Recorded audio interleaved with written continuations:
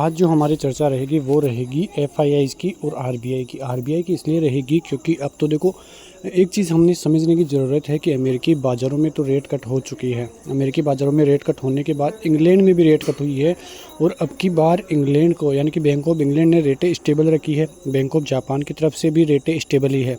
तो अब समझने वाली बात यह है कि आरबीआई कब तक रेटें कम करेगा, सबसे इम्पोर्टेंट मुद्दा यही है। और मुद्दा इसलिए भी है क्योंकि अब आरबीआई के लिए सामने इन्फ्लेशन की जो रेट है, जो कि आरबीआई गवर्नर शक्तिकांत दास जी ने कहा था कि यदि 4% से कम इन्फ्लेशन की दर रहेगी तो उसके बाद हम सोचेंगे रेट कम करने के लिए। और पिछले 2 क्वार्टर से यही हुआ है।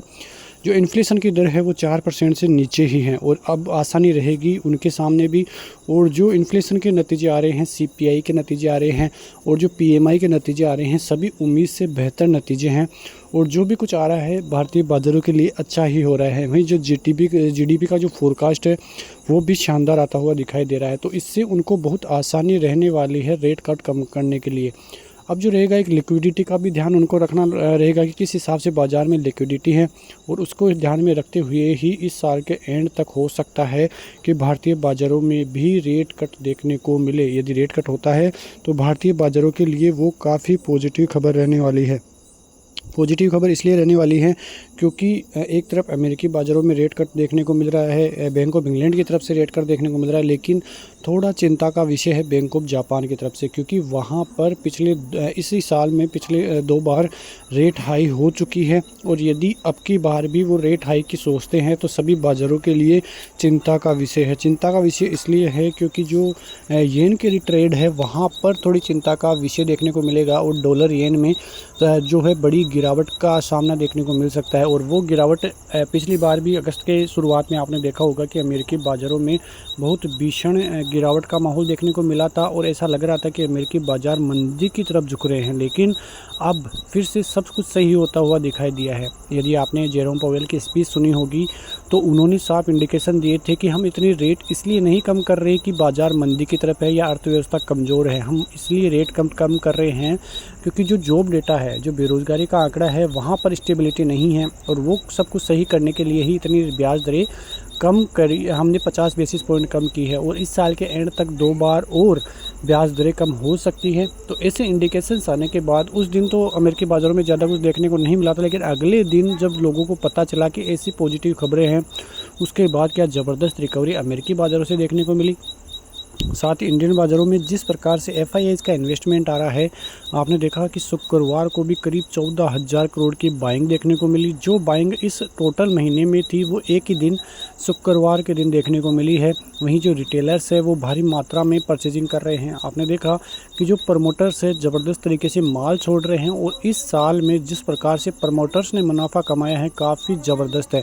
लेकिन वो एक चिंता का विषय भी है। लेकिन कुछ कंपनियों को आपने देखा होगा कि जिनकी प्रॉफिटेबिलिटी इतनी नहीं है, लेकिन फिर भी उन कंपनियों में ज़बरदस्त बाढ़ आती हुई दिखाई दे रही है तेज़ी की। तो वो थोड़ी चिंता का विषय वहाँ से है, वरना भारतीय बाज़ारों के लिए काफ़ी अच्छा और सब कुछ अच्छा हो रहा है। बस चिंता इस बात की है कि बीच में कोई बड़ा करेक्शन नहीं आया है। यदि एक करेक्शन रहता है और वो करेक्शन आता है तो आपको एक और अच्छे वैल्यूएशंस पे कई शेयर मिलेंगे। तो उस जो है करेक्शन की भी आपको थोड़ी चिंता रहनी चाहिए और अपने पोर्टफोलियो को बिल्कुल स्टेबिलिटी रहनी चाहिए।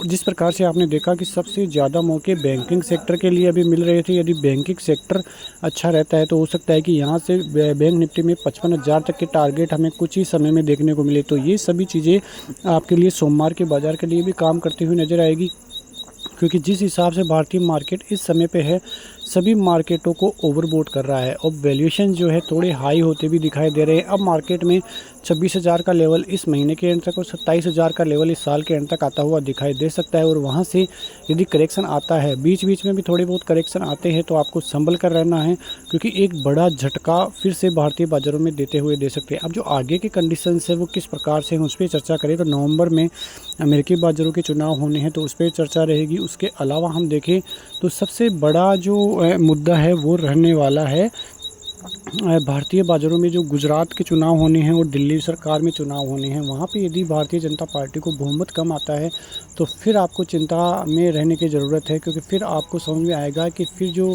भारतीय जनता पार्टी जो है बहुमत खोने की कगार पर रहेगी। मतलब बहुमत तो रहेगा लेकिन उनको आगे का जो फ्यूचर है वो थोड़ा डगमगाता हुआ नज़र आएगा। और यदि सरकार कमज़ोर पड़ती है तो आप अनुमान लगा सकते हैं कि किस प्रकार से उसका मार्केट पर बहुत तगड़ा इम्पैक्ट पड़ता हुआ नज़र आएगा। तो ये सभी चीज़ें सोमवार के बाज़ार के लिए भी काफ़ी इम्पोर्टेंट रहने वाली है। और आने वाले 5 से 6 महीने का जो मत है वो हमारा स्टेबिलिटी का है। आने वाले दिनों में 2 से 4 दिन आपको बाज़ार कंसोलिडेशन में दिख सकता है, उसके बाद फिर से ब्रेकआउट देखने को मिल सकता है। लेकिन आपको थोड़ी सचेत रहने की ज़रूरत है। इन लेवलों पे नई बाइंग करना है तो थोड़ी डिप का इंतज़ार कीजिए। यदि बाज़ार में थोड़ा करेक्शन आता है तो फिर आपके लिए मार्केट में अच्छे मौके और भी मिलते हुए दिखाई देंगे। लेकिन फ़िलहाल भारतीय बाज़ारों की स्थिति बहुत मजबूत है। आने वाले दिनों में भारतीय बाज़ारों में काफ़ी तेज़ी और देखने को मिलेगी। लेकिन हम थोड़ा चर्चा का विषय अलग लें तो यहाँ पे आप देखोगे कि म्यूचुअल फंड के पास बहुत सारा केस पड़ा है। यदि वो केस का इस्तेमाल करते हैं तो फिर बाज़ार के लिए काफ़ी अच्छे मौके ऊपर की तरफ रहेंगे, क्योंकि करीब 1,86,000 करोड़ का केस उनके पास पड़ा है। अब उनको इन्वेस्टमेंट तो करना है क्योंकि रिटेलर्स का पैसा है, और यदि वो इन्वेस्टमेंट नहीं करेंगे तो उनको रिटर्न नहीं आएगा। तो उनको इन्हीं लेवलों पे बाज़ार में इन्वेस्टमेंट करने की ज़रूरत पड़ेगी। और यदि इन लेवलों पे इन्वेस्टमेंट करते हैं और इस समय पे आप देखो कि बाज़ार के जो वैल्यूएशंस है थोड़ी हाई है थोड़े, तो इन लेवलों पे वैल्यूएशंस पे यहाँ पे इन्वेस्टमेंट करना बाज़ार के लिए पॉजिटिव खबर ही होगी। और ये पॉजिटिव खबर बाज़ार को काफ़ी बूस्ट ऊपरी लेवलों तक दे सकती है। तो इन सभी चीज़ों को आप ध्यान में रखकर बाज़ार में इन्वेस्टमेंट कीजिए, अच्छे शेयरों में इन्वेस्टमेंट कीजिए। और हमारे चैनल को लाइक और फॉलो ज़रूर करके रखिए, क्योंकि ऐसी ही बड़ी खबरें रोजाना आपको मिलती हुई दिखाई देगी। मिलते हैं नेक्स्ट वीडियो में, तब तक के लिए नमस्कार, जय हिंद, जय भारत, वंदे मातरम।